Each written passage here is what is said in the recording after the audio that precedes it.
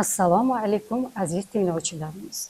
Bugungi mavzuyimiz judayam ko'pchilikka tanish, ko'pchilikning oilasidagi bor holat ortiqcha vazn va ayniqsa uning ayanchli ko'rinishi bo'lgan qorindagi visceral yog' mavzusiga bag'ishlangan. Nima uchun bu judayam og'riqli mavzu? Chunki qorindagi yog'ni men o'zimcha o'zingdan chiqqan baloga qayga borasan davoga deb nomladim. Chunki normada qorinda visceral yog' 5-10% bo'lishi kerak. Lekin biz qornimiz to'yganidan keyin ham iste'mol qilishni davom etaveramiz. Asosan bu uglevodli ovqatlar, shirin ta'mga ega bo'lgan ovqatlar. Bularni ortiqchasidan, keragidan ortiq iste'mol qilganimizda qorin sohamizda visceral yog'ning foizi oshib boradi.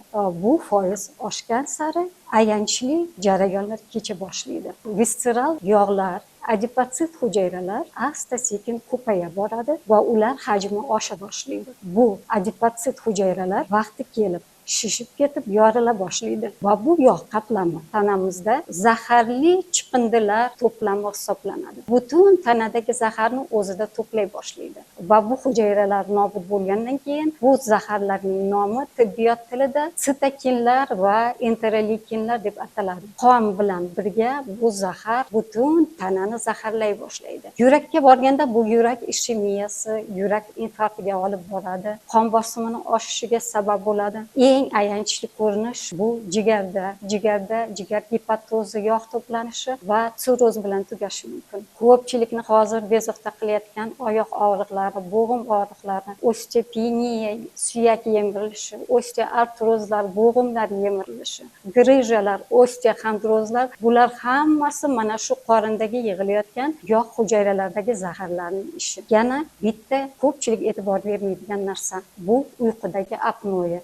Uyqu paytida odam nafas olishdan bir necha daqiqaga to'xtab qoladi va bu paytda miyaga kislorod yetib bormaydi. Eshitganmisiz? Uxlabdi-da, ertasiga uyg'onmabdi. Yaqinda men shunday narsani kuzatdim. 30 yashar bola uxlaganda ertalab uyg'onmagan. 3 ta bola chirqirab qoldi. Ota-ona dod faryod solib qoldi. Buning sababi ortiqcha vazn. Gormonal tizimni umuman ishdan chiqaradi. Insulin gormoni va stress gormoni kortizol bu yerda judayam katta rol o'ynaydi. Yana bitta ayanchli taraflari erkaklar va ayollar gormonal tizimining buzilishi. Erkaklarda testosteron gormoni pasayib ketishi va ayollarda erkaklik gormoni, androgen gormonlarning ko'payib ketishi.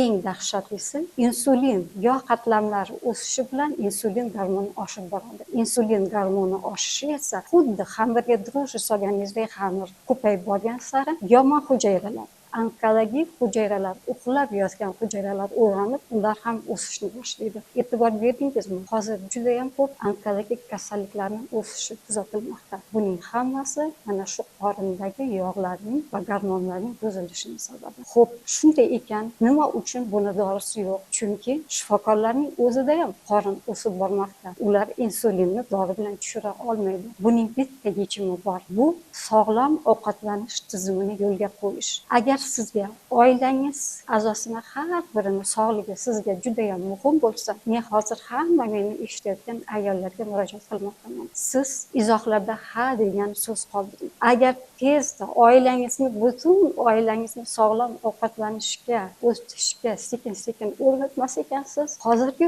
o'sib borayotgan farzandlaringiz 10-15 yildan keyin noto'g'ri ovqatlar, fast foodlar, gazli ichimliklar va hokazolarni iste'mol qilish natijasida 25 yosh, 30 yoshda qandli diabetga chalinishi mumkin. Agar maslahatlarimiz, informatsiyamiz sizga foydali bo'lsa, bizga obuna bo'ling. Biz keyingi ko'rsatuvlarimizda sizlarga qanday qilib bu muammoni boshida yechishni o'rgatishga harakat qilamiz.